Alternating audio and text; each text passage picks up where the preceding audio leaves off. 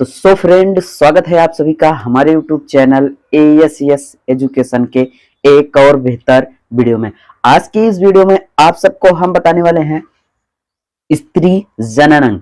स्त्री के जनन अंग के बारे में तो पूरा वीडियो इन तक जरूर देखिएगा, क्योंकि यह क्लास 10th और 12th के लिए बहुत ही इंपॉर्टेंट है, जो कि हर बार बोर्ड पेपर में आता जरूर है। तो वीडियो इन तक जरूर देखिएगा ताकि आपके 7 से 10 नंबर आपके पूरी तरीके से पूरे हो जाए। क्वेश्चन किस तरीके से आता है कि स्त्री के जनन अंग के सचित्र वर्णन कीजिए तथा उनके अलग अलग पार्ट के या अलग अलग भाग के बारे में बताइए।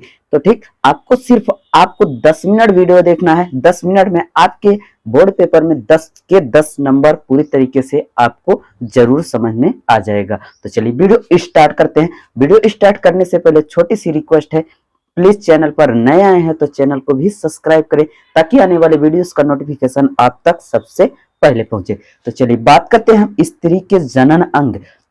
तो यहां से आपको इस तरीके से स्त्री के जनन अंग को बना देना है। अब इनकी बात आती है कि इनके अलग अलग पार्ट को हम कैसे नामांकन करेंगे। तो ठीक, तो सबसे पहले ये तो दो भाग आपको दिख रहे हैं, ये विकृत होते हैं। विकृत मतलब कि इसमें क्या होता है कि इसमें आपके मूत्र वाहिनियां जो होती मूत्र होता है वह आपका क्या होता है, बनता है। ठीक, अब इन्हीं दोनों के बगल में आपको ये नलिकाएं दिख रही हैं। नलिकाओं के सहायता से मूत्र क्या होता है, मूत्र वाहिनियां मूत्राशय में आ जाती हैं। ठीक, अब उसके बाद इसका नेक्स्ट पार्ट है कि यहां से आपको ये दिखाई दे रहा है, इसको कहते हैं हम अंडाशय। ठीक, यहां से आपको दिख रहा है, इसे कहते हैं अंडवाहिनियां। अंडवाहिनियां मतलब होता है यहाँ पर अंडे का निर्माण होता है, जिसके कारण स्त्री गर्भवती होती हैं। ठीक, अब उसके बाद आता है कि यह इस अंडाशय को किस तरीके से रखा जाता है। तो यहाँ अंडाशय होता है झलदार कीप में। झलदार कीप मतलब कि झिल्ली की नुमा आकृति होती है, उसी में अंडाशय बनता है। ठीक, बनने के बाद यहाँ अंडाशय धीरे धीरे ओवरी में जाता है। ठीक, ओवरी में जाने के बाद क्या होता है कि स्त्री गर्भवती होती है। ठीक, बच्चे का निर्माण के योग्य हो जाती है। तो ठीक, यहाँ गर्भाशय है। ठीक, अब उसके बाद यहाँ ये जो नलिकाएं आपको दिख रही हैं, ये नलिकाएं यही होता है क्या, गर्भाशय ग्राविया। ठीक, तो जिसके कारण स्त्रियां गर्भवती होती हैं। अब ये भाग जो आपको दिखाई दे रहा है, ये होता है क्या, यौन।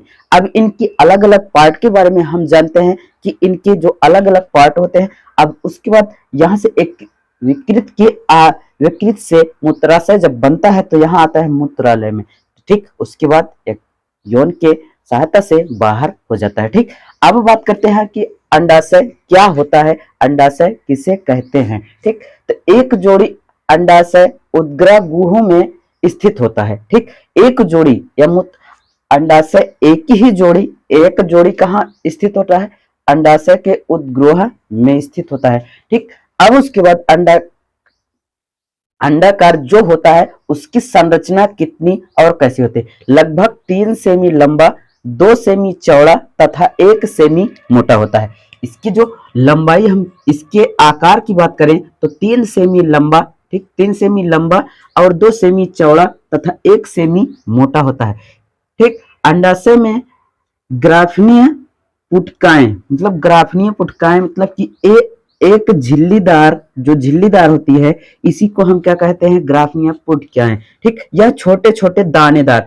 ठीक, आपको यहाँ दिख रहा होगा कि इसमें दिख रहा है कि यह छोटे छोटे दाने के रूप में क्या है, इसमें गुथा हुआ दिखाई दे रहा है। यह दाने के रूप में दाने के जैसे दिखाई देता है। ठीक, इसकी जो रचनाएं होती हैं, या हम कह दे कि इन्हें दिखाई देने वाला ये जो दिख रहा है आपको, ये दानेदार दिखता है। ठीक, छोटा छोटा दानेदार दिखता है। ठीक, रूप में होता है, यही अंडाणु का निर्माण करते हैं। यही जो दानेदार होता है, यही क्या करता है, अंडाणु का निर्माण करता है। ठीक, अब दूसरा आता है अंडवाहिनी।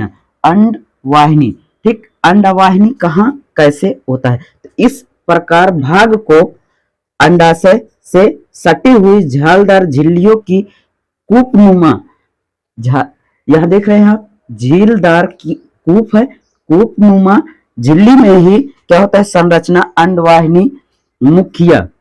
मुखिया कहने का मतलब कि यहाँ आपको एक झिल्लीदार कूप जो दिखाई दे रहा है, यह क्या है, एक प्रकार से झिल्लीदार दिख रहा है, लेकिन यह क्या है, अंडाशय का सबसे बड़ा भाग है और इसे ही हम क्या कह सकते हैं, मुखिया कह सकते हैं। ठीक, तो यह क्या है, आपका मुखिया है। ठीक, झिल्लीदार जो कूप दिखाई दे रहा है जिसमें अंडाशय रखा गया है या है अंडाशय, उसे ही क्या कहते हैं हम, झिल्लीदार कूप नुमा। ठीक, अब उसके बाद संरचना अंडा मुखिया होता है। ठीक, ओविडेफेंस इसे कहते हैं। ठीक, जो कि फैलिमिनियम नलिकाओं में खुलती है, जो कि फैलियम नलिकाओं में क्या होता है, खुलती हैं। अंडवाहिनियां का प्रारंभिक शर्करा भाग फ्लोनियन नालिका तथा पश्च भाग में गर्भाशय कहलाता है। जो इसका पश्च भाग होता है, इसके जो पीछे नलिकाओं के झीलदार नलिकाओं के पीछे वाला जो भाग ए वाला दिख रहा है, इसे ही हम क्या कहते हैं, गर्भाशय कहते हैं। ठीक, अब उसके बाद इसके अंडाशय का निषेचन फ्लोनियन नलिकाओं से ही होता है। ठीक, इसका जो निषेचन होता है, निर्माण होता है, ठीक, यह क्या होता है, फ्लोनियन